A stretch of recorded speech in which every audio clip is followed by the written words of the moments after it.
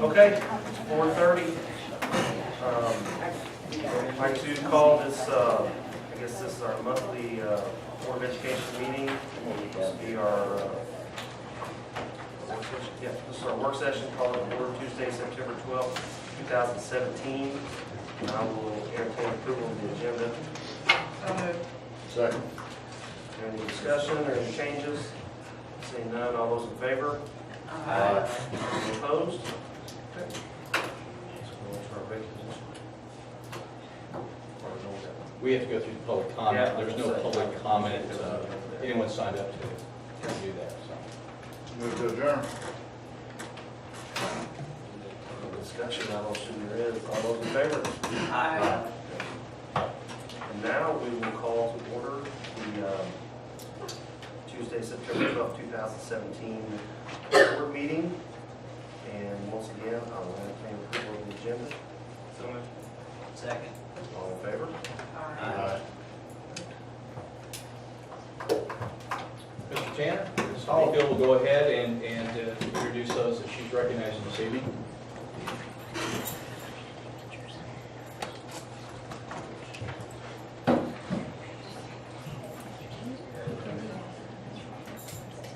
Good afternoon. Tonight we are going to recognize a couple of groups. First, we're going to recognize our boys track team for winning a district championship this past spring. This marks the first district championships the boys track team has won since 2013. We'd like to take this time to congratulate them. They also had several that qualified for state and one that actually placed in state. So we're going to get started. First, we're going to have Riley Cantrell. Not here. I will say before I finish, we have several students that are involved in football practice or a soccer game tonight. There's a lot of events going on at the high school, so several of these will not be here tonight. Quincy Chinwuko, I think he's at football. Trent Elliott. Yeah. Keon Graham. I'm his mom. Oh, you're his mom? Come on. Come on, come on. I'm sorry. If there's any parent that wants to come on and get their certificate, that would be great.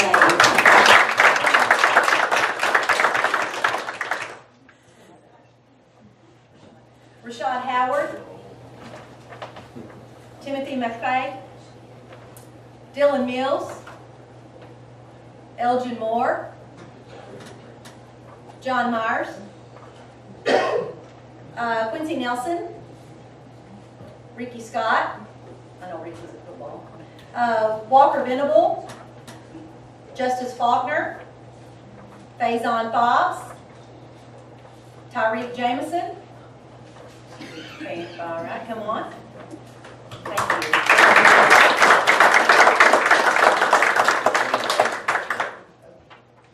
Tyzeek Hill, Lorandas Phillips, Michael Sims, Elijah Faulkner. Okay, of these that we just named, that was the team members. Justice Faulkner was a state qualifier. Faison Fobbs was also a state qualifier. Tyreek Jameson qualified for state. Tyzeek Hill, state qualifier. Lorandas Phillips was a state qualifier. And then Elijah Faulkner placed 7th in the state in the 110 hurdles. Also, we're going to now move to the girls. The girls actually had two young ladies that qualified for state. And Travia Green was a state qualifier. And then Gloria Bennett.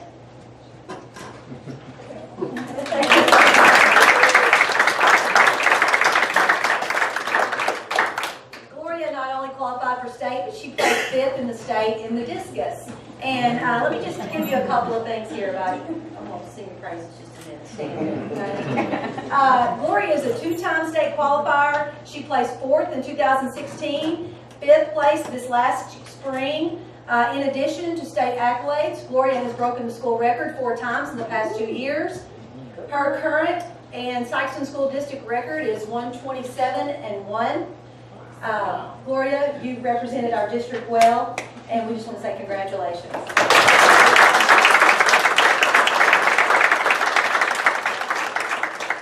The head coach is Matt Johnson.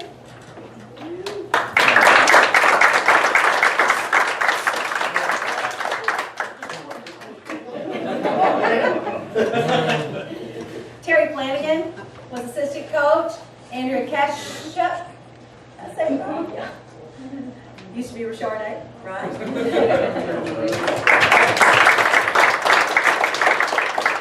Another assistant coach is Kristen Richard.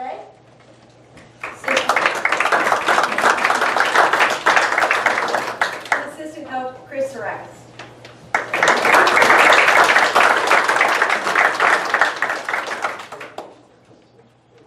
Again, you all, I'd just like to thank you for your hard work. You had a great season. We're looking forward to this next spring. Thank you all. Thank you.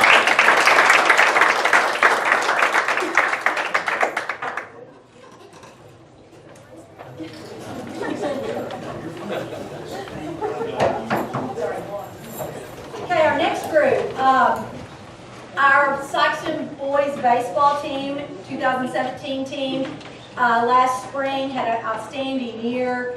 Team had a season. They were district champions. They actually beat Festus during the sectionals. They eventually did lose to Lutheran South in the quarterfinals. They ended their season ranked 6th in the state, and also their team received all-state academic recognition as a team. So we're going to recognize these individuals now. Hayden Alcorn. Max Alt. Bryce Bays. Football. Sam Cox. Sam Drury. Football. Will Gilmer.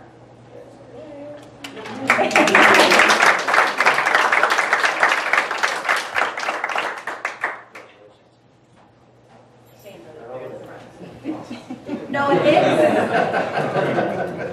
Peyton Howard. PJ Kennard. Will Pratt. Wyatt Pratt. Ben Ray. Camden Sapp. Trey Smith. Nate Self. Clark Stewart. Jeffrey Thornbrough. Mackenzie Worth. And coaches. Head coach Brett Collins. Assistant coach Josh Hopkins is also football. Assistant Steve Drake.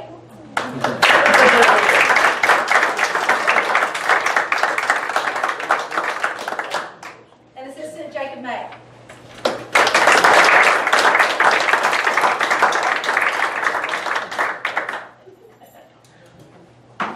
I just want to say thank you for representing us. I know you had a fun season. We're looking forward to this next spring.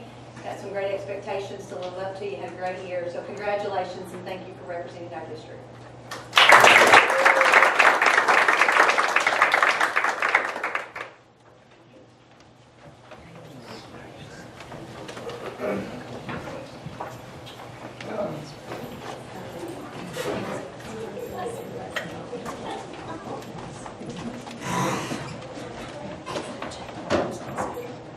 Read this for just a second.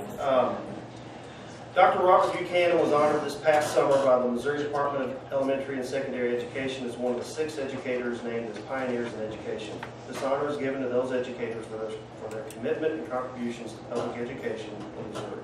Dr. Buchanan was recognized during the 56th Annual Cooperative Conference for School Administrators.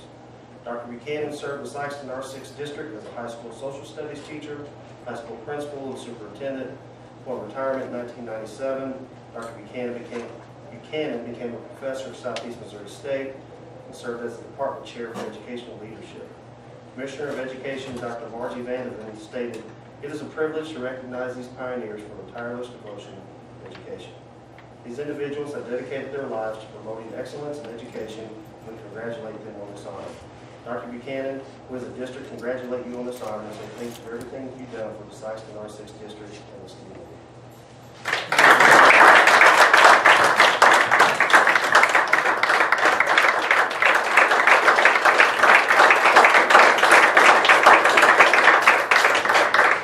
Could stick around for a while. Where are you going? 25 years in this room.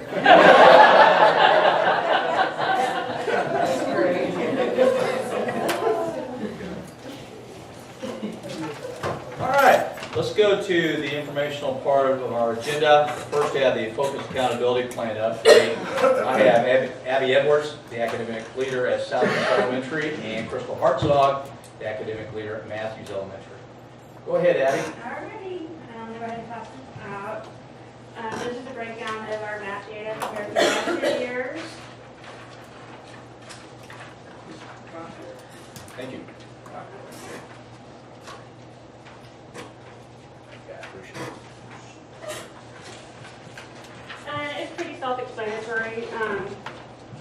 If you look at the back and you see the colors are gray and grayer on the back, but you see that we went up in 3 areas in 3rd grade ELA and math and 4th grade math. The only area where we did go down was in 4th grade ELA. But overall, we are improving. Update our goal for this year, we are on our year 4 of our PLC. So we are on our continuous improvement plan. A goal for this year is we are going to work on, well, I will tell you our RTI and our data meetings that we are having are going very smoothly. You can tell that the teachers are in the routine and they know how to update on what data that they need to bring to the meetings, or actually the meetings are going very smoothly with the teachers. Our goal that we're going to work on this year is that teachers have expressed to me that they want interest on fine-tuning their intervention strategies when it is RTI, and they want to work on beefing up or improving our common formative assessments, which are assessments that they develop at a grade level for ELA and math. And that's kind of where we want to be right now. Our first 3 years of PLC is trying to figure out how it works, what to do, and kind of find, and now we're to the point where we're going to fine-tune it and how we're going to improve it. So that's our goal to work on this year. Any questions? Sarah? Is there any reason you think that you can attribute to the drop in ELA in the 4th? Was there a different, material that year, last year for the 4th graders? No, I can't go back to that. I'm curious. Okay. Yes, absolutely. No, we use the same, if you remember, 2 years ago, 3 years ago, Southeast wrote basically our own reading curriculum when we started our PLC work. So that was what we continued to use. Just a couple of facts about that 4th grade group. 25% of that entire group had IEPs for special education services. And not at all to make that an excuse, but that if you look at their 1st grade Terra Nova data, well actually going back to kindergarten, if you look from kindergarten, their standardized test scores, they're just a lower group academically. So for us to have gone up in math, we were ecstatic that we made any improvement with that group. So not to use that as an excuse, but they are just a lower, their needs are quite different than any of the other groups that we have right now. So, but the curriculum did not change. Well, maybe it may be more emphasis is put on the math that year too with them to keep them at level, or maybe like you said, improving. So they had to, you have to pull from somewhere. If you're going to put more in another arena, it's going to draw away from some energy somewhere. And there was a transit, we had the year where some of us were still using the everyday math, and then some had transitioned to Eureka. So we had that year where we were kind of doing a few different things. And then last year, everyone was using Eureka. So, I don't know if that's the case or not, but I do just want to add too that Abby and I have calculated exit scores for focus and for correct. We have met year 3. We probably won't hear that from Desi for a really long time, and then hopefully our APR comes through. But if our calculations are correct and we've both done them, then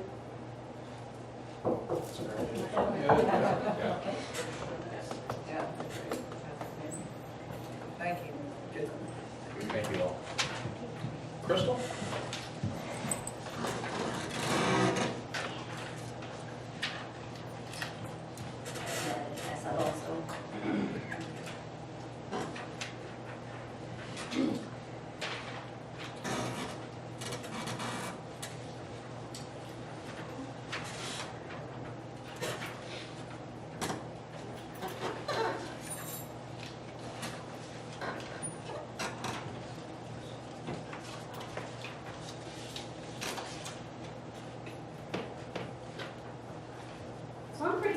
our MAP scores this past year. I feel like this has been a long time coming at Matthews.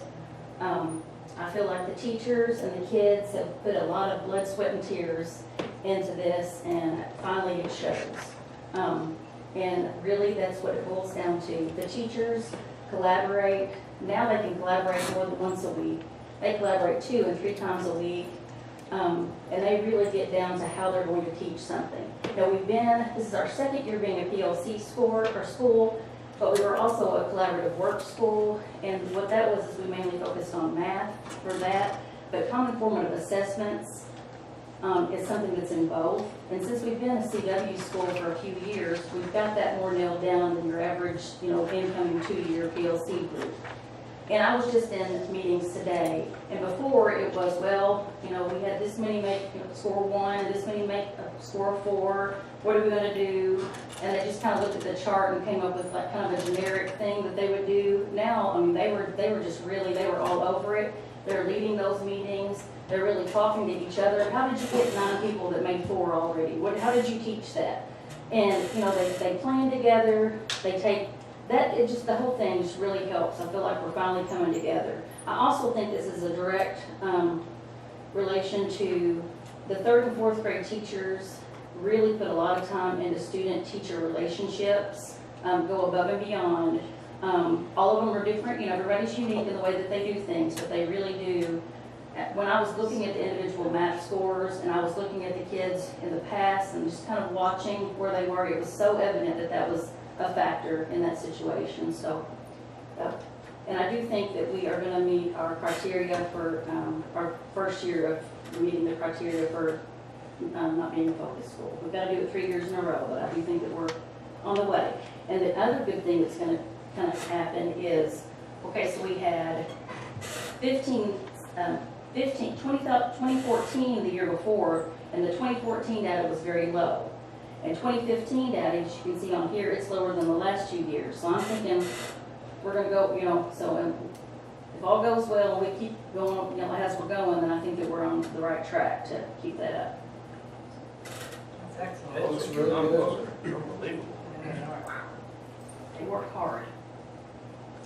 Is there anything to be said for not doing so well and maybe not, leaving yourself some room to grow? I know. Well, the test this year is new, so there's always that factor. Good job. Thank you.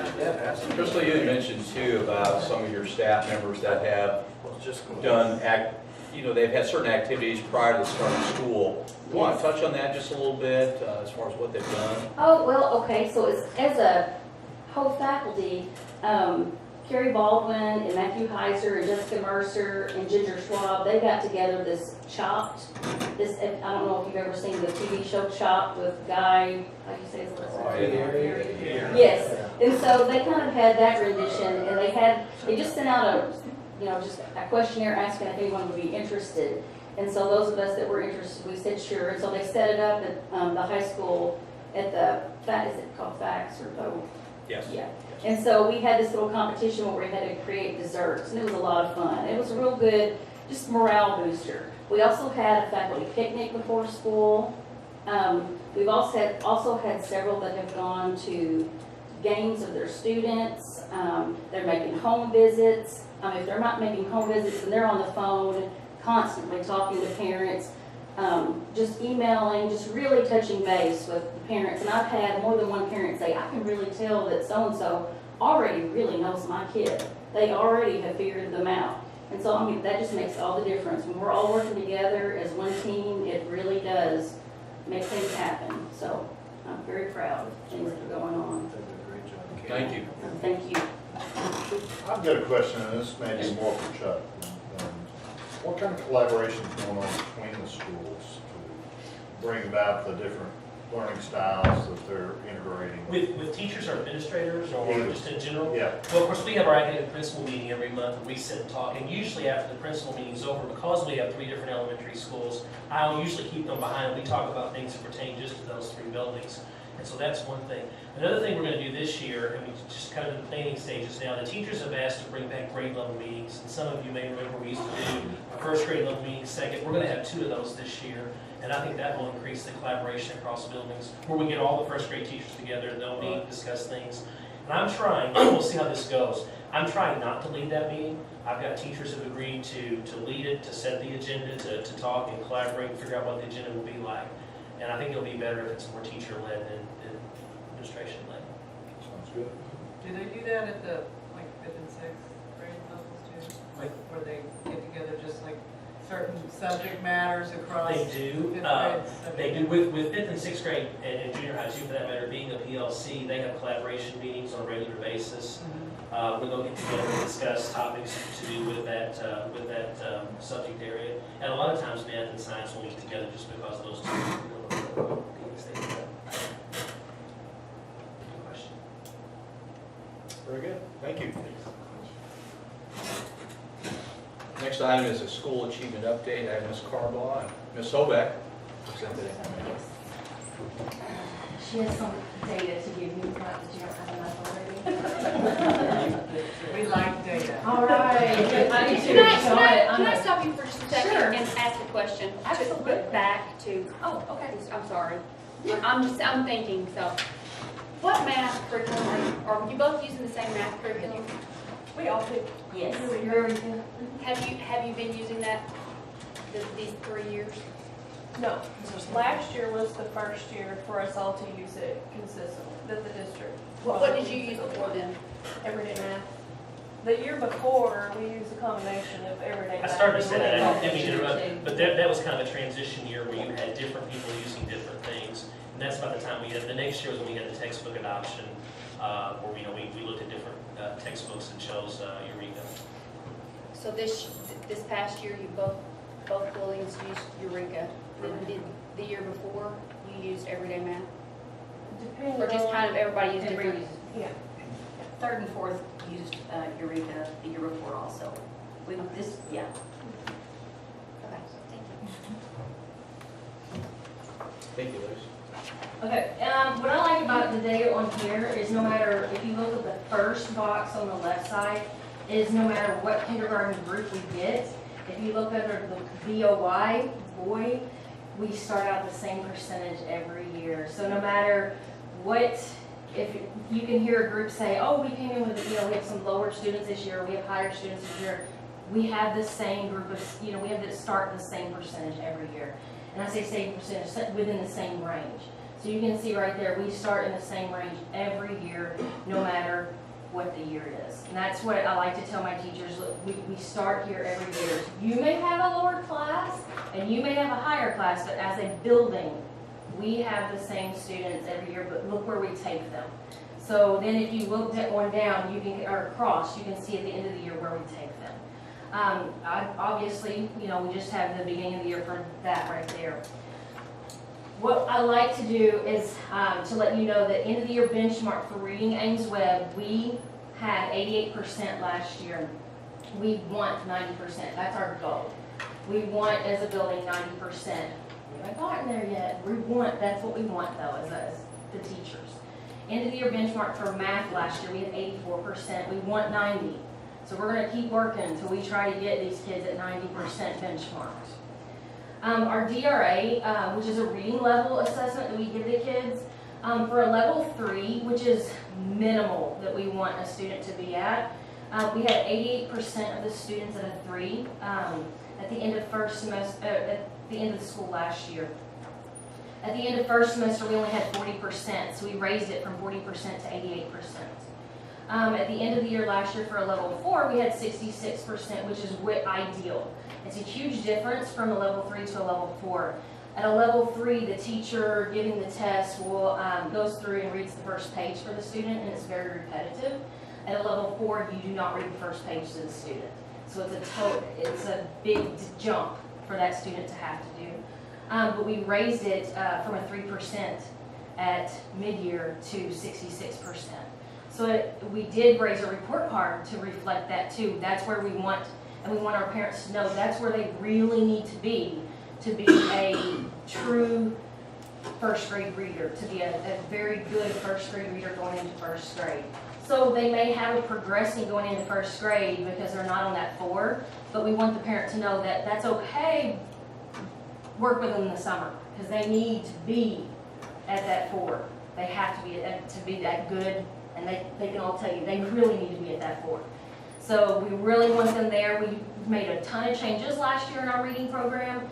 So this year we're not making any changes. We're pushing what we did. We did our ABC boot camp again this year that we did last year.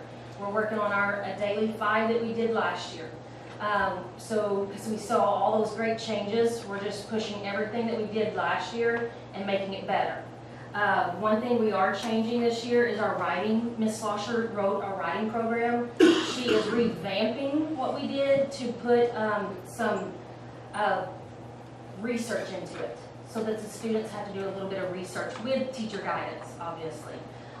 So there's going to be a little bit more teacher guidance research in there for them to build each day and then produce that writing at the end of the week.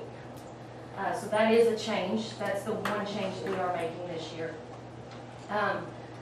We did revamp the writing rubrics. We found at the end of the year the students were writing and we were giving out a lot of meets. And some of the kids' writings, we were like, that's really not a meet. That's not a good meet, not to be a good first grade meet. So we revamped it to make it a little bit more rigorous so that whenever they go to first grade, it's a good meet for the first grade to say, oh yeah, they can write. That is a good writing meet. So hopefully, when these kids go to first grade next year, they'll say, yeah, that is a good writer, that is a meet. So we did find some faults in that, and we did change that this summer. And that was the teachers. The teachers came to Ms. Slosher and said, look, with the rubric for this written this way, it's a meets, but I know that's not a meets.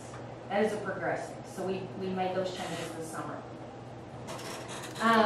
We are continuing our speech improvement this year with our new speech person. She is, that's where we have some students who have just a minimal speech errors, and she can take them, remediate those speech errors, and not have to do an IEP, a full evaluation. And that worked last year. I think last year was our first year to do it. And we were able to remediate about 5 or 6 kids without having to do referrals and go through the whole process.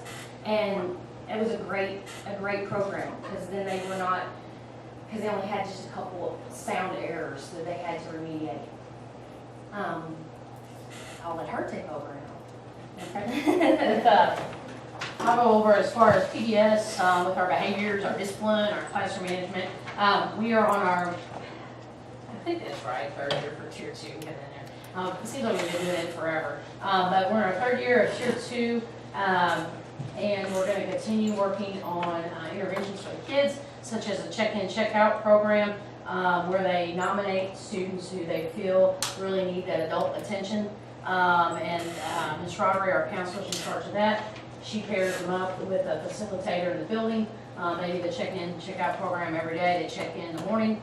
Teacher does checks throughout the day with them. The facilitator checks in the afternoon. Then they see if they met their goal every day, and then weekly they see if they met their goal. There's a lot of parent contact with that. The parent signs a form each day, back and forth, and then we call the parents back and forth with that. We have a graduation ceremony for them in probably December, and then we'll do another one at the end of the year for a new batch of kids who come into the check-in, check-out program. We also do, the Strawberry does what we call small group social skills with them, and last year she had a boys group, a girls group, and then she had a mixed group. She kind of just sees where the needs are on that. Those are kids that may have trouble following directions, working together, sharing, taking turns, self-esteem. They might be a kid who's really, really smart, they're doing great, but they're really quiet, they're really shy. So she kind of paired those up in groups that were similar and worked with them. So we're going to continue using those interventions.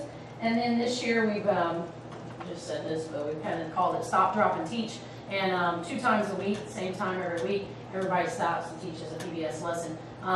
We're doing it currently like at 9:10 on Tuesday mornings and 1 o'clock on Thursday afternoons. And then we figure second semester we'll do like a Monday, Wednesday, so it's not always impacting the same thing. The lessons are like 5 to 10 minutes. It's just going over. We're doing like polite lesson number 1, number 2, 3. So we announce it that morning, tell them what we're doing, and then and so everybody's in charge of that. So even our art, if kids are in art, Mr. Coda stops, teaches appropriate behavior for that 5 minutes. the librarians, everybody, whoever has the kiddos. So we're doing that. There was a need last year. They wanted everybody to be consistent and everybody to be using that same language on what we're expecting with these kids on behavior. So we're trying that this year too. It seems to be going good so far. Any questions? I do. On the, when you were talking about the writing, Yes, ma'am. were you talking, is that kind of falling into the ELA objectives? I was looking at how those are Yes, going that would down fall a into little the bit. ELA objectives. And so I think it's awesome that your teachers have recognized and said, okay, we gotta do something different, because that can be hard to do. When you think that everything's fitting in your rubric and, but you say, wait. So I commend you for that, and as well as how well you've done. You remember you did a reading program last year and you changed that around. How do you compare, do you know the comparison of the year before with the huge jump, you guys were at 40, like let's say in second quarter at the end of first semester and went to 88.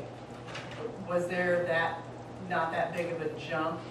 Where were you with your other reading program? Was it lower at the end of the year than the 88, for instance? Under the reading at or above level 3? It was at 87, but I will say, so it wasn't that big of a jump, but with our 10 teachers, it averaged out, I guess is what you could say. Because if I go back and pull the 10 versus the 3 teachers who didn't do it, and pull that apart, which we did, when we pulled that data apart, the 3 teachers that did not do it had like 10% who had. Wow, so you could, that's where That's really where the pulled huge your- difference was. oh. Mhm. So you had that many, that's where the gap was. So when you pushed them back together, then you didn't see the big jump. I do have that data back at the building. We wanted to see, was it really going to be beneficial or not? So when we pulled the data apart, that's how we knew it was beneficial. Good. Thanks. Any other questions? Thank you, ladies. Thank you. Next item is the summer 2017 maintenance report. I have Mike Brown's going to present that information. Mr. Williams. From your report that I gave you, you can see that we didn't have a lot of large projects this year. We did a lot of smaller stuff all across the district. We had about 50 small ones. And we did have some targeted areas of painting this year that we're trying to get kind of scattered around and do some enhancements, just aesthetic, taking some things over that was looking really bad. I also included just a sampling of the work orders that we've done through the summer. You can see how some of them are like 15-minute jobs, some of them are 15 hours, 15 days, and hopefully none of them will be 15 years. But, I've been accused of that. But that just kind of gives you an idea of the different kinds of work orders that are out there. And then getting 27 truckloads of mulch delivered all across the district and then spread all out, that's quite an accomplishment. We were able to do some HVAC upgrades this year. The chiller plant at Southeast Elementary failed on us last year, so we were able to replace it. At the kindergarten building and Matthews building, we had 2 areas of rooms that were, had never been conditioned before, and we put window units in one of them and a rooftop unit at Matthews. Two window units at kindergarten and a rooftop at Matthews.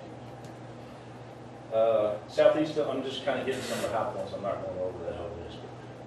At Southeast, we also went over the fire alarm system and rebuilt it.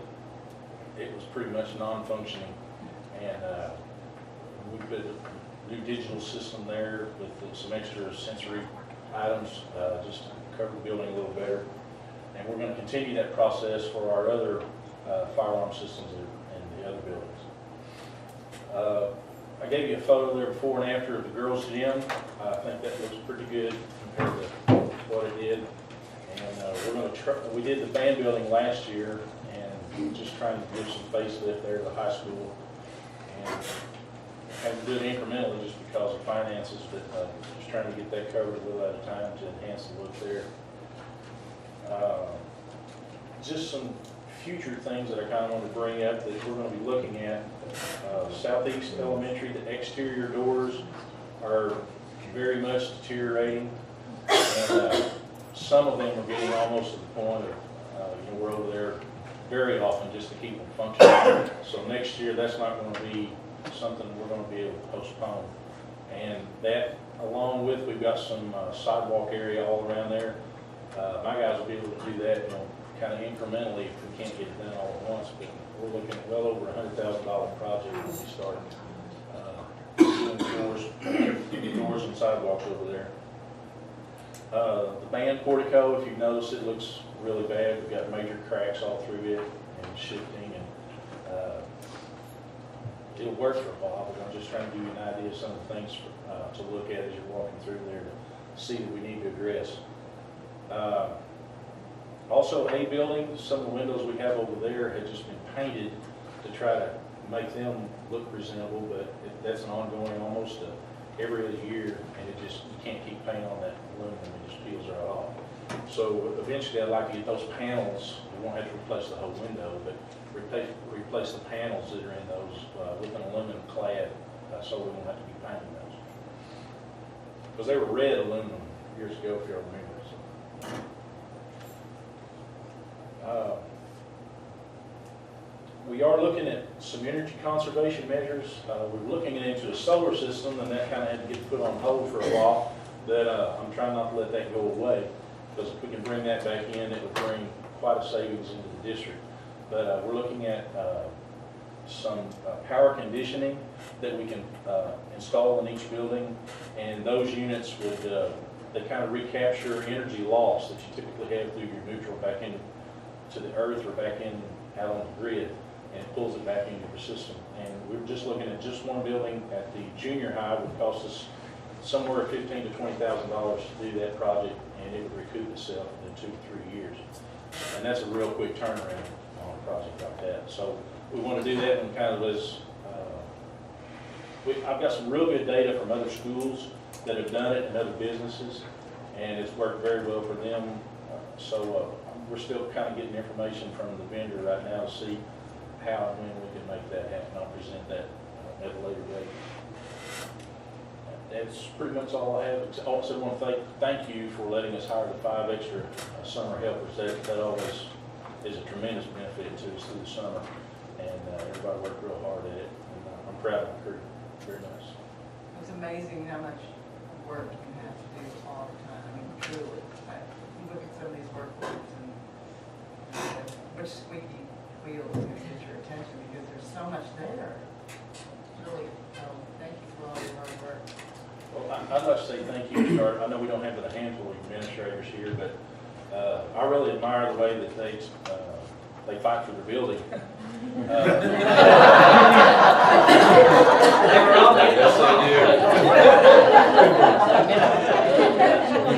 I really appreciate that. I do because you know, some people say the squeaky wheel gets the grease. I know it does. But at times, you know, there's just things that I can't see. I can't be there every day and see what affects them. And they have been very patient with, you know, I hate telling them no when we have to tell them no a lot. You know, it's just the way the finances push things. But I appreciate you guys very much. I know you have an awesome job. How did you come about getting the volunteers? We have just asked people at different times. We put out an email before. Other people have just come to us and told us they'd be willing to help. The volunteers on painting the rooms, we had sent out an email on those, that if anybody wanted to paint their room, we would go and make sure it was neat, not just somebody didn't like the color of the room. But we've had a lot of people respond to that, and that's a tremendous help there. It takes a lot of labor out of it. Hey, Mike, a couple of things at the stadium, the high school football stadium. Those Bulldogs look really good up on the press box where the coaches stand. They look really good. And then also, you left off the at the Booster Club concession stand. Didn't you guys redo the cabinets in there? Somebody did because they're fixed, and I was going to thank you for that. I guess somebody beat me to it. I don't know who fixed them, but I don't know. I assume it was you all. Maybe it wasn't. I didn't see that work order, but we did. Good. What are you going to do? Yeah. Thank you, Mike. Thank you.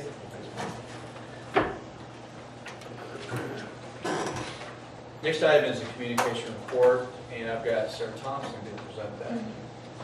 Turn this on.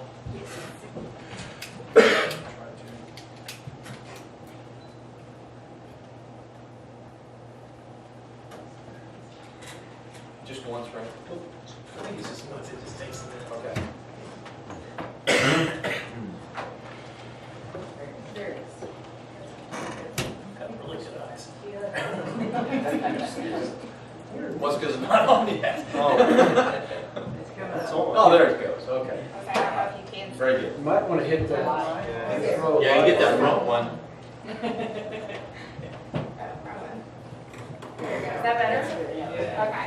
I don't have a really cool, data thing to give you guys, but you just look at it. So I have been in this position for about 2 years, and honestly, when we first started, we really didn't know what would work the best for this district. So we kind of just threw out everything: Facebook, newsletters, surveys, videos, etc. And my motto at that point was to communicate everything and communicate it now. That isn't always the right thing to do. So I have learned through going to the MOSPR workshops and meeting with my MOSPR colleagues, which Meredith Post and Jackson has been wonderful. I actually learned how to read the data and speaking to parents and just learning from my own mistakes. I've learned we can't just communicate, we have to communicate effectively. But what does that look like, and how do we measure that?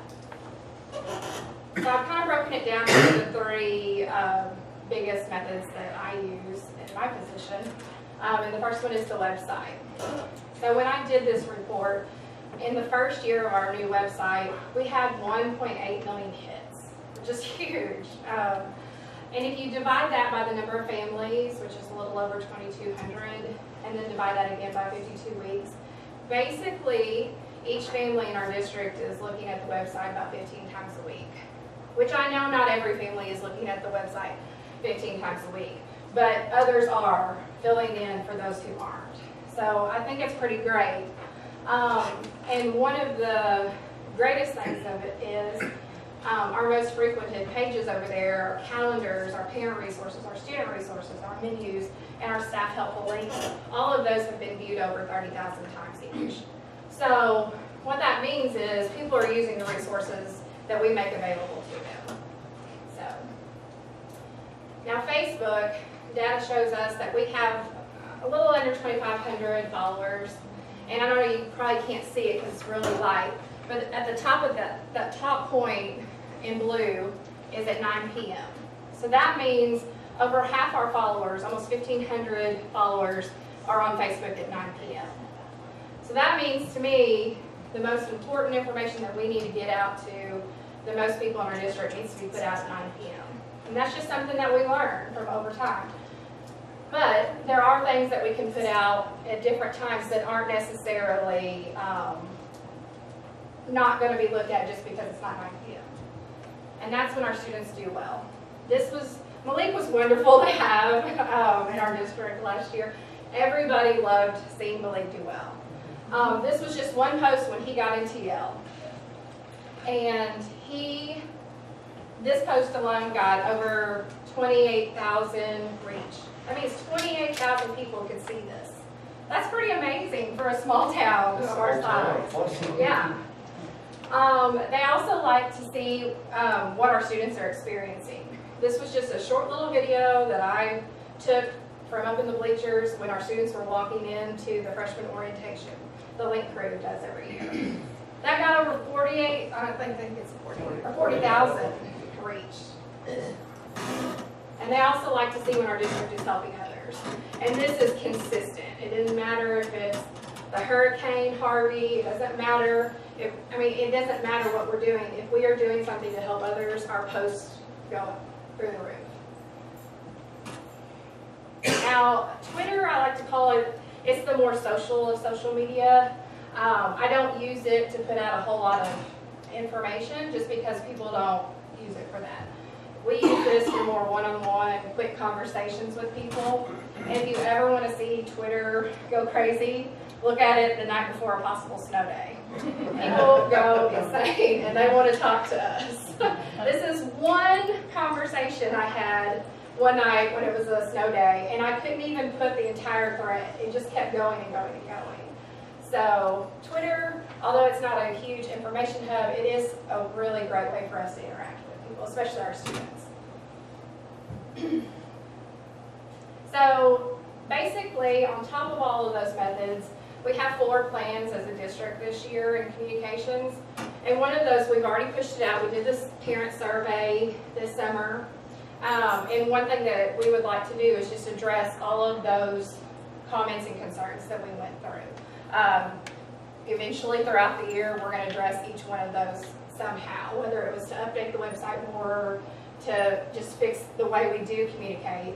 We really want to address those. The next one is in conjunction with Ms. Hollifield's secretarial in-service that she holds in the summer. All of the secretaries came together this summer, and they formed the Sikeston Standards of Customer Service, which are these 4 points: focus on effective customer service, maintain confidentiality, practice effective communication, both internal and external, and experience positive student interactions. Now, this isn't just something that we want for just secretaries in our district. We want everybody across the district to have the same standards and to focus on them. So that's our goal for this year. The third one is the Wing Elementary building. We really want to show weekly progress photos, possibly have a web page designated for updates and information on the building. We really want the community to be engaged in this process more and above and beyond just their yes vote, okay? And then our biggest project that we are starting soon is our communication plan. We really want to build a communication plan for our district. And how we are going to go about this is we're going to start with an internal communication group, which is just people scattered throughout our district. We've invited them to be in the group, and we will form an internal communication plan. That's what we want to start with. That's where we feel like is the most important thing to do right now. And then we will have an external communication group, which we will invite parents and people in our town and just all the stakeholders in our district to be on a small group and form the external communication group. And the whole point of that is just to decide how we want to communicate, when we should communicate, and what we need to communicate. Any questions? That is light years ahead of where we were even a year ago, probably. You've done an incredible job. Great, fantastic, yeah. Really. And I stood up here and did this. Yeah. I was just gonna say, is this our first time? Yes. This is our first time? Well, you did great. That was awesome, Sarah. Great job. Appreciate it. Great. Sarah, I got a quick question. Sure. Would it be fair to say, though, that out of the 1.8 million kids, that there's a certain percentage that are coming from other people that are not Yes. school district related? Is there any way to monitor that? You can't really tell. There's not. The only thing that you can separate out are organic and inorganic, and what they mean by that is organic are actual people that are not at a school computer who are editing it. So that doesn't include people that are constantly, like me, getting on there constantly to edit it, but there's no way to check where they're from. It's still good. Yeah, that's very good. That's great, Sarah. Good job. One thing too, she mentioned about Wing Elementary, and the ball's starting to roll pretty fast here. We've had some meetings here the last 2 weeks. We'll have another meeting here with you all on the 26th, and we look forward to discussing that information with the board. Next, we have, we have the ACT test results, and Tiffany Morgan is going to present that information. Well, I sent out, I guess you guys have these results that I sent through. Okay. One thing I'm happy to report is from our graduating class of 2017, we saw an increase in our comp score. It is up by 0.9 points, so we are getting there. We are closing the gap within the state, and that's what we work on every year, is just trying to get closer to the state average and closer to that 21, what we're working on. So we did close that. It's at 18.6 now, and I'm expecting that to go up now, even next year, because our juniors right now are at 18.6, or our juniors from last year, which are seniors this year, at 18.6. So I know there's aspiration for some of those seniors to improve their scores as well. So we're hoping to take those up. As you can see throughout the survey, there was a lot of positive, or the little information sheet that I gave you, there was a lot of positives on it. With our graduating class from last year, both male and female, they went up in their comp scores as well. And something that is important is that they're also closing their, increasing their readiness for college. And that's what the bottom portion of it was. I gave you kind of like what the ACT benchmarks are and what percent of our students are meeting that benchmark. And compared to last year's data, and I split that up by male and female, but compared to last year's data, we went up in every category. So in every subsection we went up, and then our overall that are prepared for all 4 of them, they went up as well. So that is something positive. And then as Sarah mentioned earlier, you know, we did have someone that scored a 36 last year that graduated, and I'm happy to announce that we have a senior this year that also scored a 36. So that's something positive. And it's awesome for us to have it. You know, last year when Julie scored a 36, we were excited, and then when the junior results came back and Fidel scored a 36, we were extremely excited that it was back-to-back years. But something that I also liked is on our graduating class from last year, over 30% of the students scored a 21 or better. So it doesn't look like our percent's very high, but still, I mean, we had 30% of our students scoring a 21 or better. And then out of that, we still had 6 that graduated last year score a 30 or better. So that's some information. On the back side of that, or on the other side of that, I kind of gave you some junior information from last year to this year. We were down a point from the junior ACT score the previous year, and I was trying to figure this out because we stayed at 18.6, but what happened was their junior year, a student did not take the junior test, missed out on the junior test something, and then they did take it eventually at some point in time, and that's what put our score down from 18.7 to 18.6. So I was trying to figure that out, but I went back and looked at the students and how many students we gave it to and so forth, and that's where that came from. But again, we were only down a tenth of a point, so that's I think we'll be okay. Like I said, we have a lot of seniors that are still wanting to take the test. I know one in particular that he's really shooting to increase his score to a 34 just so he can get free group housing. So I know that there's aspirations of that. But again, we had 58 students score a 21 or better from our senior class this year, and 7 of those scored a 30 or better on the ACT. And again, like I said, we had another perfect 36.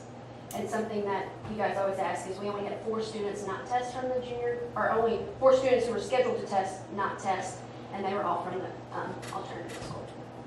They didn't show up to the 19th test date, and they didn't show up to the May 3rd test date. That's been such a great thing to have that testing done and available and getting more and more of these students to be participating. Well, and they take part, I think they take pride in it, especially if it's a test during a regular school day. That's something that they take pride in. And like I said, the instructional coaches and the teachers do an excellent job of, you know, preparing them and sending through blitz. Again, I told you guys last year, we were really prepared for the junior ACT. We had 3 blitzes with our juniors here at the high school, and then they did one over at the alternative school for those students as well. Questions? Thank you, Tiffany. Thanks, Tiffany. I did have a question. Did I hear that funding for ACTs is Right. going away? It's gone.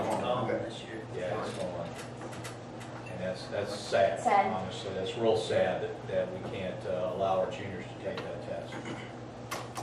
It's like I said, I think they do better in their atmosphere when they're used to, I mean, it's a day that they have to get up anyway and come to school, and I think they're just more focused than on a Saturday test. So that's always going to probably impact some of Mm-hmm. what we're seeing. Yeah. What was the cost on that? If Chuck figured that out, it was right around $15,000 if we, for us as a district, if we wanted to put the bill on that. Mm-hmm. What was the total cost of DESI? Was it 4 million? I don't know for sure, it was, that sounds I was right. thinking 4 million is what they took out of the budget. It sounds like a lot compared to their budget. Yeah. Of course, we went there, so of course I'm sour grapes. Any other questions on the ACT? Thank you, Tiffany. Next, we have the EOC talking points, and Mr. Bays, I'm going to have you discuss this again. I'm going to hit a couple of things out here before I talk, excuse me, and Tiffany's going to help me with this. So we'll put that on top. I thought, gee, they don't have much paper tonight, so I'll load it up. Load it up. And I'll get to pick it up. You can pick it all up when you're done today. Sorry, Scott.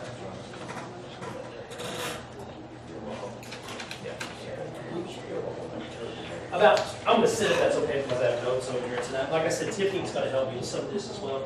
About 2 weeks ago, we received notification from the state that there was a situation, we'll go with that word, with the Algebra 1, English 2 ELC scores. And you may have seen this.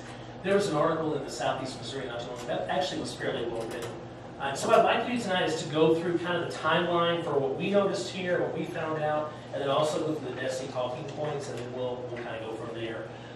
When we received our ELC results, and just so you know, we get our ELC results, a tentative list of ELC results back from Questar, who's our vendor. We received that before the end of the school year is out. In fact, we distribute those scores at high school and also for junior high, for the 8th grade Algebra 1 students before school is out. And we noticed when we received our results back, we actually had healthy increases in most of our ELCs. There were a couple of exceptions. Government was down, had a decrease of 17 MPI points, which is kind of how we compare the test. And then English 2 and Algebra 1 both had decreases of over 50 MPI points. And I remember talking to Tiffany, and we were going, what in the world happened? Because we had, especially for Algebra 1, we showed good growth in geometry, and Algebra 2, which is a voluntary ELC, it looked good. But the Algebra 1 was not good. We had the same situation with English as well. It just didn't make sense to us based on what we thought we were going to score. We were informed later in the summer that DESI was reviewing those 2 ELCs, English 2 and Algebra 1, as school was starting back. And actually, as school was starting back, actually some of our 8th grade scores from 2017 changed. I don't know if you're aware of that or not. We reprinted some of the 8th grade, now they're 9th graders, report sheets for Algebra 1 because the scores did change somewhat. And still at that point, we didn't have huge red flags. On August 30th, though, we were informed that DESI had determined that the ELC results from Algebra 1 and English 2 were not comparable to past year's results and could not be used for APR calculations, which is our accreditation for those new people on the board. Tiffany, Shannon, and I watched the webinar later that day with information about the situation. Jody watched the same webinar at her school at junior high at a different time. I did this, so that's kind of where we are now. Let me review the talking points and kind of discuss those as we go along. First of all, the main message at the top, I think that's important to look at. It says the results of the 2017 ELCs in English 2 and Algebra 1 do not produce year-to-year comparable results. Now, just so you know, they were supposed to, but they didn't. The department doesn't plan to release statewide results for these particular assessments. We'll be holding the testing vendor Questar accountable for not producing usable assessment results. And actually, DESI is pursuing a legal situation with them. Going to the talking points, DESI's TAC, which is a Technical Advisory Committee, this is actually a national committee. They concluded after review that the results of the Algebra 1 English 2 tests don't produce year-to-year comparable results. School districts and charter LEAs have already received Questar's individual student reports. Again, we received those before school's even out. Consistent with previous guidance from DESI, educators should use raw scores from these assessments. Accordingly, student record labels may be used as appropriate. Districts may also use end-of-course scores for determining A+ scholarship eligibility. Those students must score proficient or advanced on those assessments to be able to qualify for that scholarship for A+. For students who took the Algebra 1 English 2 ELCs, the participation requirement has been met. Otherwise, just because those scores aren't comparable, the students don't have to retake those tests. DESI says we're extremely frustrated with our vendors' inability to deliver usable results. Our students and teachers work hard throughout the year, and they're counting on us to get this right. And the last bullet under that part is we are working with our attorney to pursue legal options. Okay, I'm going under the timeline. When the department received the 2017 statewide assessment results in late July, staff immediately alerted Questar, Missouri's EOC test vendor, about unexpected changes in the results compared to test administrations in previous years. Next bullet, DESE staff then convened the state's technical advisory committee made up of nationally recognized experts in assessment to review the results. Third bullet, at its August 18th meeting, the TAC concluded that there were year-to-year comparability issues for the EOCs of Algebra 1 and English 2. The TAC did not express concerns about any other EOCs. These tests have been retired, and I think most of you know that this is the last year that we're using this test. New tests will be produced for use next year. Missouri educators have been developing mathematics and English language arts assessments, both grade level assessments and EOCs, that will be administered beginning this year. Then we'll go down to the APR talking points. In delivering the APR, DESE will take the following steps to identify the best solution for this changing situation. District APRs will not include Algebra 1 and English 2 EOCs in the status and progress calculations. Just to remind the board, in the past we've used Algebra 1, English 2, Biology, and Government are the EOCs that counted for our APR or accreditation. The second bullet, their state targets and progress calculations will be adjusted to accommodate the loss of the two EOCs. And the third bullet is priority is on district and charter LEA APRs. Decisions regarding building level APRs will be made at a later date. And then the timeline, I'm not going to read this word for word, but you can see that they are convening the TAC on September 12th. Their purpose will be to try to figure out what to do with the APR calculations. That comprehensive guide revisions will be made during the week of September 18th. And then we'll receive that information October 4th, which is when we should have how they're going to change the APR to make it fair, or at least in their attempt to make it fair. Let me go on and just talk about a few more things here. This is what we know. Again, DESE's informed us that Algebra 1 English 2 assessments are valid for single-year use, but they're not comparable. Some of this came from our webinar that we watched. Otherwise, because the test itself was based on the blueprints, which listed the things that it was supposed to assess, and because it adhered to those things and it tested those things it was supposed to test, it's valid for the 1 year purpose of looking at scores. What's not acceptable is to be able to compare those scores from year to year. Sort of like when we have a new test and we can't compare the results to past years, that's what happened here in this situation. Again, this is not what was supposed to happen, but it's the situation we've got. DESE states the test is appropriate for use in student grade calculations. And Tiffany's going to go into how those grades are calculated in just a moment and why we agree with that situation. DESE states that these results, because they're valid, may also be used for A+ scholarship eligibility. DESE states that Algebra 1 and English 2 results will not be used for APR calculations. Also, remember that we have about 20% of our 8th graders who take the Algebra 1 test in junior high, and those students' results will also not count. So just keep that in mind. We're losing the top 20% of our math scores off the top of our 8th grade scores this year. So that won't just be us, that'll be every district in the state. So that will be something we'll notice. What we don't know is we don't know how APR will be adjusted since the English 2 and Algebra 1 results won't be included. I told Tom I'm getting to get a feel today for how DESE might do that. But I need to see a little more information before I can tell you and see what DESE's going to say. But I think what we'll see is just see those English 2 and Algebra 1 scores not count, not only for this year, but for the past 2 years. We always use a 3-year set of results. I think that's what you'll see happening. Now, when I was talking to Mr. Williams, he said it's not going to change the APR from 2016, 2015. No, because those results were comparable, they were valid. It's not going to make any difference there. It will affect those 3 years worth of data likely will not be included in the APR calculations for this year. Okay, let me stop for a second. Go ahead and let Tiffany go over the, you're going to talk about how the EOC scores were used for grades. Yeah, DESE supplies a EOC conversion chart. Basically, you can take when the EOCs come back, there's a raw score and the scale score. And when we watched that webinar, they were more concerned about the scale score than the raw score. So our teachers use the raw score, except actually what they do is it's a conversion chart. It's kind of a curved percentage chart. So say, for example, a student got a 38 out of 50, that's not what they put in the grade book. It's the curve score. And the curve score is actually, it's based on it's a square root curve. I mean, I can go through that if you guys want me to. Basically what they do is they take how many they missed divided by the number that was possible. They take the square root of that and then multiply it by 100. So it's actually a curve score. So they actually get a percentage that is higher than just their regular score that's given to them. And that's what all our teachers do when they give that test score. And that test score is a final grade, but like I said, it's a final test for their second semester, but it is a curve score that they give. It's not just their raw score. What percent of the grade is the EOC? It is a 10%. 10% is what I thought.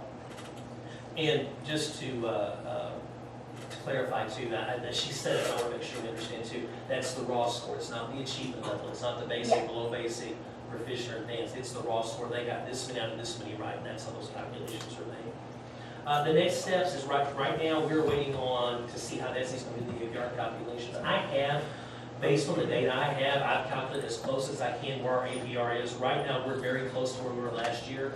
I know Tiffany and I are going to look tomorrow at some graduation follow-up results that we're looking at. But right now the EOC is looking about the same, and we're anxious to see how that's going to affect the APR scores if DESI changes the calculations. It's a little disheartening because you have the goal, you look at that goal, you shoot for those results, and then you can't use part of your score. So it's a little disheartening. But we did show good growth this year in elementary, and so I think in the end it may not be that big of an effect for us. Okay, I threw a lot at you. I'm sure you have questions. So what questions do you have? And I'll try to do my best, and Tiffany can help to answer those. Could they not have written a better letter? I mean, we got this last night. Yeah. And it was laying by my plate for supper, and my wife said, "Read this." She said, "I like to think that we're fairly intelligent." She said, "I had to read it a couple times." And I knew about it, and still had to read it a couple times. To figure it out. It is, and then I just wonder how many people will call about it, because I can tell you what I the think. general public's not going to understand it. Yeah, I'm afraid of that too. I think part of the problem is DESI is being very close-lipped. I got frustrated during the webinar.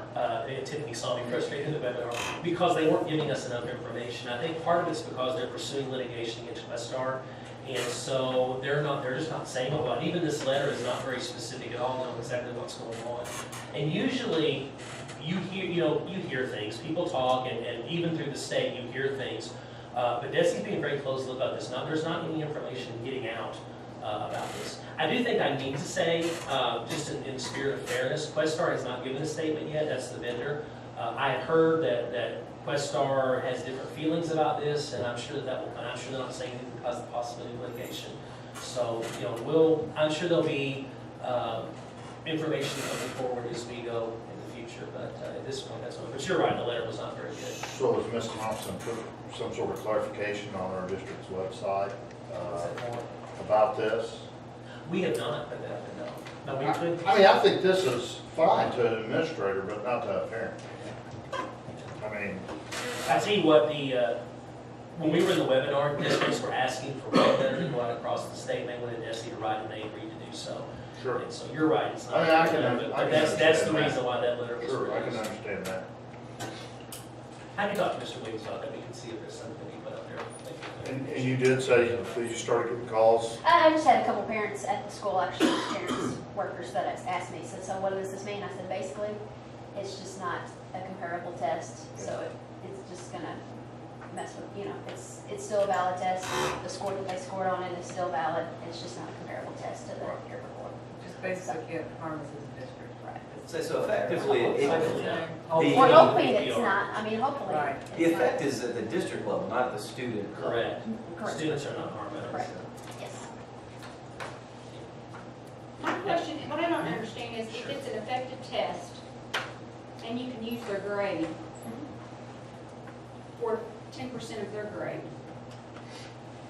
did they not know that the test wasn't comparable to last year's test? Yeah, I don't think they did at the time. From what I understand, we get those results back in May, and DESI doesn't see those results right away. They get their information later in the summer. And that's part of the, you know, one of the things that DESI and the vendors do is they try to get the results back as soon as they can. We get the results back in 10 business days. And then even for the grade level test, we got them back in 15. And so no, the answer is they didn't see them. Once they got the test results, and I will say, as soon as they got the test results, we started getting some emails about, we're holding off on giving the statewide results for this. We're looking at some of these things. There was a form issue. They said that maybe one form wasn't you know, similar enough to the other. So, but that's my understanding, is that DESI didn't realize until they got their results. Was it a different test? This year, my understanding is, and again, DESI's not supplying a lot of answers there, some of the questions were different. And so because some of those questions were different and they didn't do the statistical things they do from year to year to make sure they're comparable, at least that's DESI's claim, that's why it's not comparable. It's the same thing as if we do a different test like you were talking about. You can't compare those results across years. You know, they'll set the achievement levels, but they're not comparable to past years. So do you think Desi's saying that they didn't know it was gonna be different? I mean, my confusion is, and I think this is probably what's confusing everybody, is if Desi's saying you can't compare it, don't use the scores, how can you say that the student scores are valid? Yeah, You know what I'm saying? No, I do, because we've had that conversation here too. So is it, did Desi not know that it was a different test? I don't know the answer to that. Is that what the thing is that they didn't know that it was a different test? I think they knew, and the test had some of the same questions, but I think there were some different questions on there as well. I think DESI's saying that they believed that the test would still be comparable because there's statistical things you can do to make sure that even if the questions are different, that you can compare those. Just like we have different forms of the test that kids will take, but they're comparable enough that you can compare those results. But I think that's exactly what DESI's saying, is that they thought the test would be able to be compared across years, and because whatever Questar did with their adding different questions, that it was not comparable. And I will say too, in the webinar, you didn't ask this, but it kind of goes along those lines too.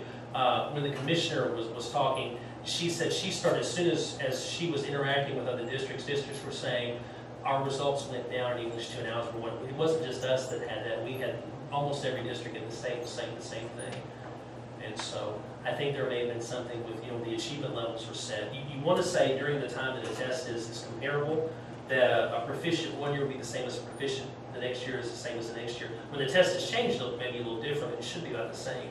And I think that's one of DESI's problems, is they don't necessarily say that a proficient is the same from year to year. So are we required by DESI to take percentage?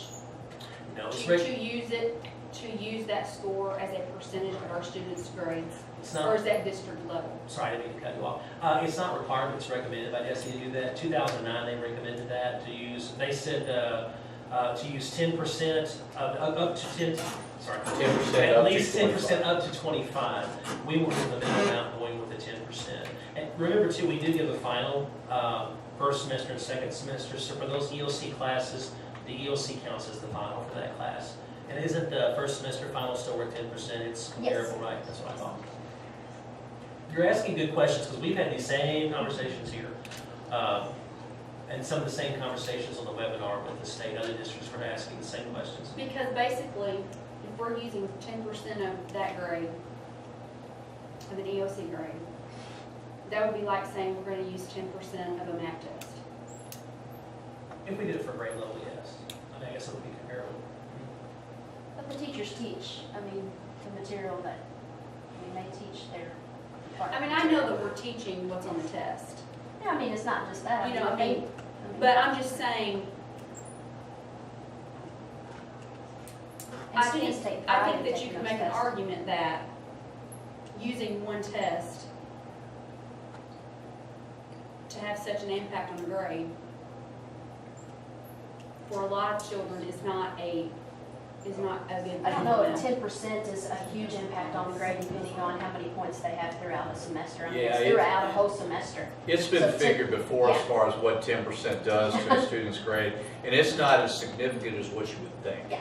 It's really not. Now, one time we went up to, first of all, high school Right. people, we went up to 15% or 20%, did we not, Jody? Were you there at that time, Shannon? It was 20%. Yeah, and now that had a huge impact on the grade. We decided to go back to 10%.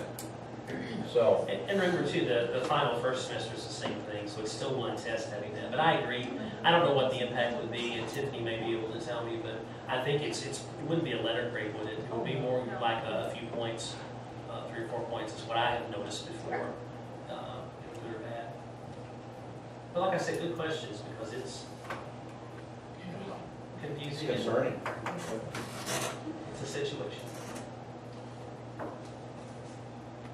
Thank you, Any Mr. other Mason. questions? Oh, No, it's fine. I'm sorry, Mr. Williams. I have nothing else unless they have questions. Thank you, Mr. Morgan. Appreciate it. Thanks, Chuck.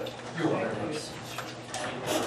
The next item under informational is that of the student enrollment data as of September 1st, 2017. And I had shot you a text, I believe it was back at the beginning of the school year, and I think we were like 93 kids up from what we were at the end of May. Right now, we're at 3360. We're up 75 kids from the end of school year. However, if you take back September of last year at this time, we're down 23 kids. Year over year. Year to year, yes, as opposed to month, or I went from from May to now. The real calculation should be from September to September, 16 to 17. Any questions, any thoughts on the enrollment numbers that you have before you?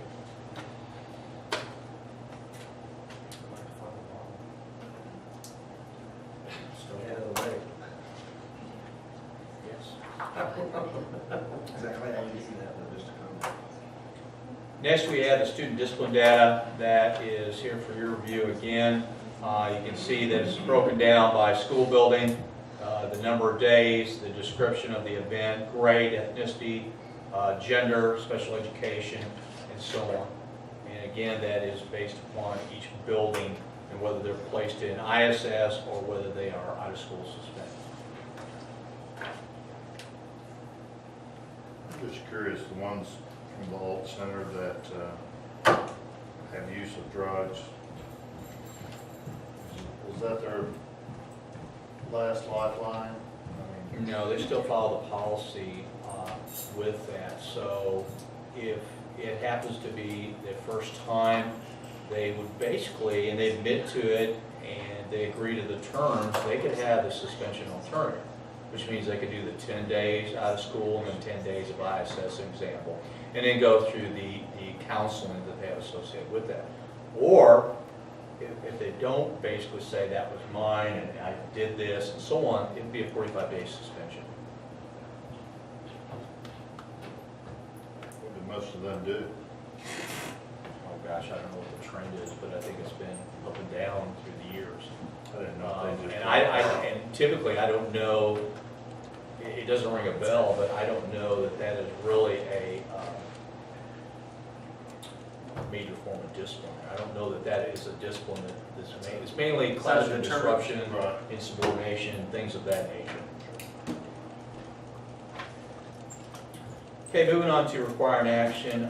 Request permission to schedule an executive session to discuss personnel matters immediately following this meeting. Need a motion, a second to do that. So moved. Second. Scott, you want to do a roll call, or want me to? Ms. Drury? Yes. Mr. Boyce? Yes. Mr. Lees? Yes. Ms. Stewart? Yes. Mr. Alcorn? Yes. Mr. Tanner? Yes. And I vote yes. Motion passes. Okay. You're doing a great job, by the way. I'm trying, I'm learning my money tonight. Be glad we brought today. Next item is the consideration of the FY18 budget adjustment, and Ms. Boardman's going to present that. The good news is that we have a lot of money coming our direction. The bad news is that if you tried to study for this meeting, we changed this on you at 2:30 this afternoon, so the day is different, so sorry about that. In an effort to communicate every grant dollar that's coming into the district, which has not always been, we've done big lump sum budget adjustments in past years. But in trying to communicate better, what we find is that monthly meetings are hard for us because once we get the grant money, we want to utilize it. So I do apologize. We literally did change this at 2:30 this afternoon. But bottom line, what the motion would be that the administration is going to ask the board to approve this evening is a revenue increase of $124,755.85 and an expenditure increase of $108,755.85. So at least we're going the right direction in the deficit. We're approving more revenues than expenditures. And what makes up those large amounts are the following. We did get approval. This is not a new grant. Every year we hope to get post-secondary Perkins that relates directly to expenditures in our adult ed program.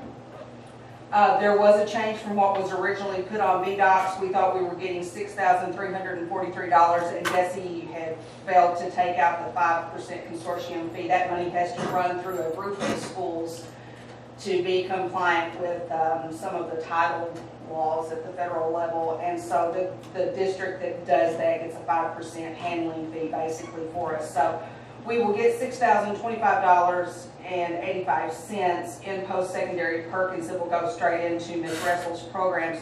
She will use that money primarily to offset expenditures that she would have needed to use local dollars for, but we have to show the revenue and the expenditure side of the budget because it is a federal item. So it has no impact. Anything that they do expend under that, we will collect the revenues for it. And what I can't say in writing but can tell you is that I'm 90% sure that will be $6,000 worth of local dollars that we don't expend in some area over the next 2 years. We had an Ed Foundation donation from our Education Foundation, $16,000 that went directly to be applied to the iLearn program. So there's where we gained in revenues versus expenditure. So it's a $16,000 donation for them. That money has been receipted. We used that to offset current year expenditures. $8,000 was applied to the high school and $8,000 was applied to the junior high for existing expenditures that had already been incurred. We did receive focus money for both Matthews and Southeast Elementary. Even though we think Southeast is going out of the program, we did get an allocation. So we're presenting the money to you so that we can use those dollars. They've been awarded to us for our use, so we might as well take advantage of that. The amount for the two schools together is $75,230. That will primarily be used to pay stipends and benefits, professional development for those building supplies and some equipment. And we may have a budget adjustment later. Right now, we're just putting placeholders for the money that came in for both buildings. So if we change from equipment to more supplies and more professional development, we'll bring that to you as we have updates. Again, there's no effect on the bottom line. Any money that they expend will be offset by the revenue collection when we file for those payments from DESE. Again, in those two buildings, that will help pay for some professional development that they may have used 1% money in another area, so that allows some of the other schools to have more dollars go into them, so we can take advantage of that. And then the change this afternoon at 2:30, we realized we had not brought to you the collaborative grant, and I think Crystal mentioned that earlier. Again, it's federal dollars, but it's not new monies. We just don't know until the 11th hour every year whether or not we're going to get it. We get that at Matthews, junior high, 5th and 6th grade, and kindergarten. There's a formula based on enrollment, number of kids on how much comes in. So the breakdown for that this year is 3 of the schools got $7,500, and Crystal only gets $5,000. Happens to her every year. But I think primarily a lot of that dollar goes into focus on math. Has historically been what we've done. We're very persnickety on what we use this money with. They have very strict rules, and there are lots of things that we can't buy, a lot of supplies, we can't buy a lot of equipment. A lot of that money is focused on PD. So that helps in those two areas again, and save some of that local money for the other schools to use. So revenues, we got post-secondary Perkins of just over $6,000, the Ed Foundation donation of $16,000, focus of $75,230 for the two schools combined, and the 4-school combined and the collaborative is $27,500. I will say too, so our recommendation at this point in the agenda is revenues increase of $124,755.85 and expenditures of $108,755.85. And then later in the agenda, should you approve the E-rate recommendations, we will do that twofold. The motion will be to approve the E-rate work, and that will have a bottom line effect on the budget as well. It was just too confusing to try to put it in with this. Any questions? So Lori, on that southeast, if they come out of focus, we don't have to give any of that grant money back? No, we do not. I guess there would be a possibility at some point they could say, we've got the data in and what you've unexpended, we're gonna take back at this point, so we're gonna spend it fast.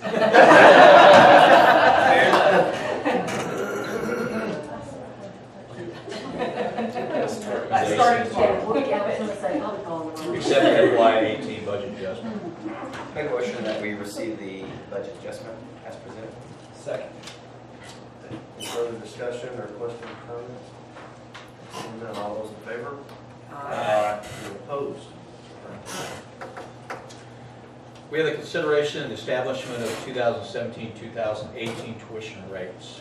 Hey, Lori, do you think you can get persnickety into this? Yeah, it's like my favorite word. I love persnickety. I'm told that I am a lot. That's some people in this room. I won't mention names. No names. We do, the tuition rate has to be set every year by statute. The tuition rate is set so that if someone outside of our district boundaries approaches our superintendent and says, we would like our student to come to your district for X, Y, and Z examples, then we have to charge that student to come in, because if they live outside our district, statute says they have to pay for their education. It is a calculated rate. The recommended amount this year is $6,856. You can tell by that random number that it is a calculated rate. We basically take, when the annual secretary of the board report is filed over the summer, which is our big report that shows everything we received and everything we expended for the prior school year, we take out of that our career and tech expenditures, we take out of that our title federal funding, and then we look at what it truly costs to educate an individual student, K through 12 average, without that title money and without the career and tech expenditures, because not everybody has career and tech. And so basically what it boils down to, that last year, based on revenue received and expenditures expended in the areas that we're allowed to look at, it cost us $6,856 to educate one child in the district. So you're setting an equitable rate for this school year based on last year's expenditures, which is the best we can do, because we don't know, it's a moving number every year. That number may go up or may go down. This year it's an increase of $175 from the previous year. Roughly how many, do we have less than 10 that are paying tuition? Only one? Currently we only have one. Last year we had one for the entire year and another one for part of a year. I think the most I've ever seen is maybe 5 in 1 year. I can't imagine this being large. And how's that, we've already started the 17-18 school year, so how's that practically, I mean, does that family that's paying tuition know that this? Yes, they are told up front. When they go through the process to enroll their child as an out-of-district student, they are told this is the current rate. We said this in September. We can't set it prior to that because the annual secretary of the board report has to be certified in August, and so they know that, and if they're given a prorated amount. Parents are also given multiple ways to give this. One year we had somebody want to pay it weekly, some pay it monthly, the majority of them pay it quarterly, and all of this has to be collected by May 1st.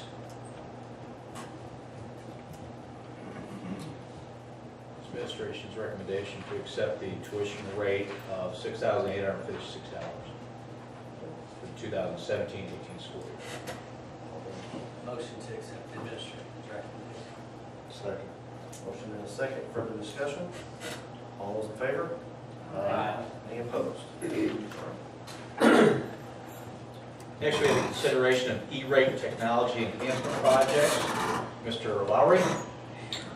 I bring for your consideration 6 of the 8 E-rate projects that we filed for this year. The other 2 have not been approved, but they have not been denied either. So we're still in talks with that. I will preface this by saying E-rate is very volatile. You never know when you're going to receive E-rate funds, and because of that, Unfortunately, there's $0 has been budgeted already for any of these projects. So these are for your considerations. Way E-rate works is when we do any project, we pay for the complete project up front.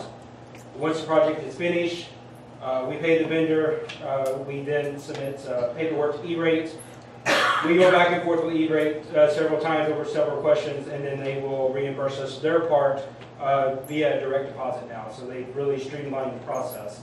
We'll also say most of these projects are wireless based in one way or the other. When we first set up wireless in the schools, it was more of a coverage paradigm almost, if you will. And we are trying to switch that to a more density. The coverage was just to get enough wireless to say we have wireless in the building. Now, as we're adding more devices, more Chromebooks, more iPads for Zern, we want to make sure that we have enough access points that can handle the load. So that's what they are. Project number 1, however, is not wireless based.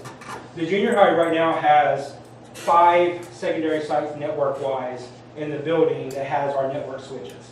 And drops are pulled back to there, and then that is pulled back to the main switch in the box.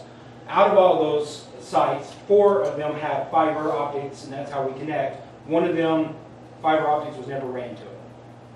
That was that way when I got here 11 years ago, and I cannot tell you why that one was never done. But it is qualified for E-rate, so this is to run the fiber optic cable to room 114 at the junior high, so we could increase the speed connection between the 2 switches if needed. That project will be $1,275.63.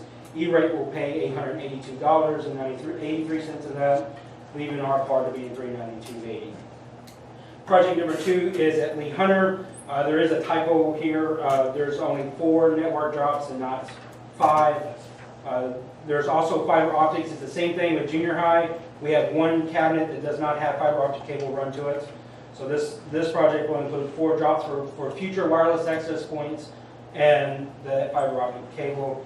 It's $2,240. E-rate will pay $1,682.66, and leaving our portion of $557.34. Southeast, there's also a typo in your packet there. There's only 3 new drops for Southeast Elementary, and the same thing with Project 4 on Matthews. Are both 3 drops. The lowest vendor is the same price. It's $583 for each of those projects, with E-rate picking up $466.50, leaving $116.63. At kindergarten, you'll see that there's 8 drops, and kindergarten was one of the ones that we just did for coverage, and we're trying to beef it up a little bit for more devices to come in for future access points. With that having more drops, that one's $1,370. E-rate's already approved us at $1,096, leaving our part at $274. And Project 6, speaking of kindergarten, right now kindergarten has 25 access points in the whole building. We would like to bump that up to 33. And E-rate has approved us to pay for those access points, to install 33 brand new access points in that building. What we will do is take those 25 that are down and put at Southeast, Lee Hunter, Matthews from the kindergarten building, since they're getting these brand new access points. So those access points are $14,800. E-rate will pay $11,840, and leaving us with $2,960. So altogether, if you would approve all 6 projects, it's $20,851.89. E-rate will reimburse us with $16,434.49, leaving us out of pocket $4,417. What do we use the access points for at kindergarten? Right now, not much. There's not a whole lot of devices, but as we are rolling out Chrome devices and they're being really well receptive in the elementaries, I'd like to start getting more and more into the kindergarten rooms. And there are some iPads that they have already, but we have enough. This is a future-proof. All these projects are future-proof, so that we are good now, but this gets us, so we will be good later as well. And so you're taking the access points out of the kindergarten, and that's what you're going to deploy in all these? The extra drops in the other schools on those previous projects, we'll use the access points out of there, so there's no additional funds needed for it. What did you like about Aruba versus the Cisco? We actually have Aruba at the 5th and 6th grade. and at math and science. They're really good, and we like them both. They each have their quirks, they each have their strengths. Ruba was the lowest bidder on this project. It's a big plus. Yeah. So Lori, how do we need to have this? So the minutes would need to reflect that the E-rate as presented is approved, and along with that, a budget adjustment for both the revenue and expenditure sides listed. Who's installing all this? The cabling was all won by one vendor. We had 3 or 4 bids per one. MHS Enterprises out of Benton, Danny Vineyard. And the access points will be installed by the vendor who's selling them, and that's Provision out of St. Charles, Missouri.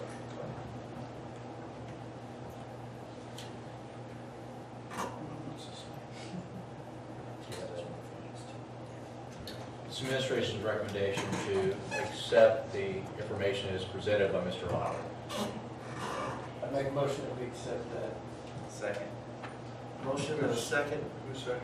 Chad. Any further discussion, comments, Do questions? we need to also approve the budget adjustment along with it, or do that separately?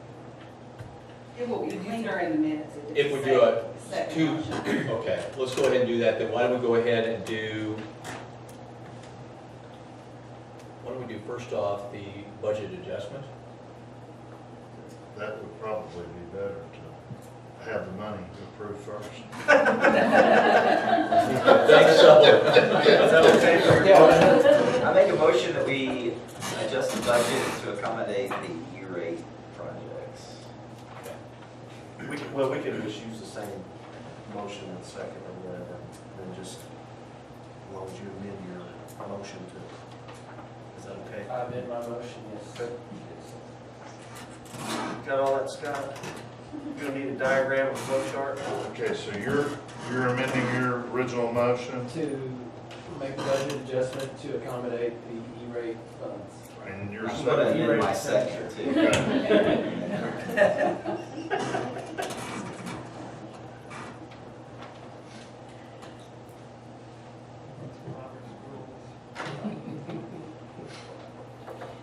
Ready for us to vote, Mr. Crumbaker? I am. Any further discussion, any further amendments? All right, all those in favor? Aye. Any opposed? Okay. And now we need a budget adjustment to approve. Now we need to approve the consideration of the technology. Need to approve this right here, the tech enhancement project, Yes. the rated technology enhancement project. I make a motion that we accept the E-rate technology enhancement projects. Second. Motion and a Kyle, second. did you second that? Yes. I'll give you a chance to get caught up here, Scott. So it's just that right there. You're running longhand. Should go faster. You need to work it out. Howard Lewis. All right. All those in favor? Aye. Any opposed? Okay.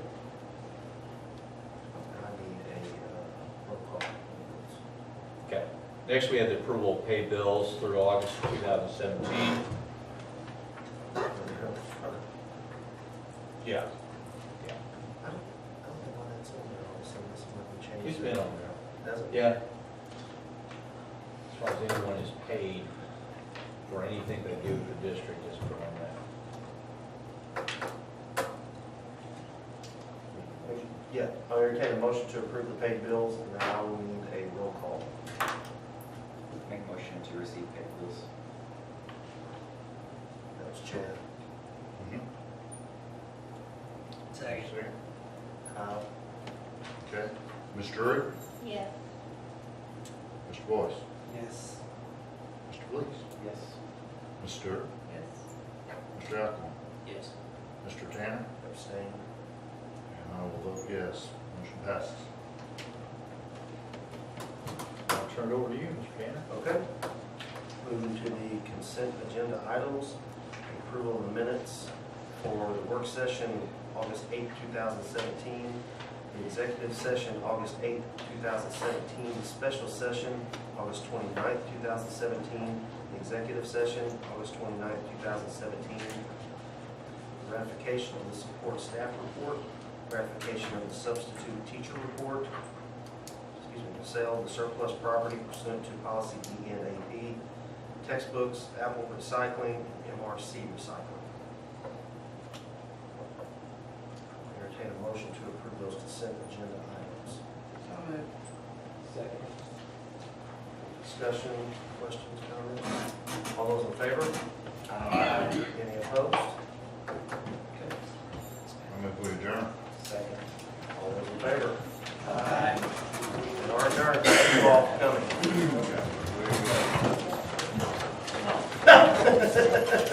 Okay, thank you. Scott? No, I do appreciate it. Short break, yes. Real fancy. There we go.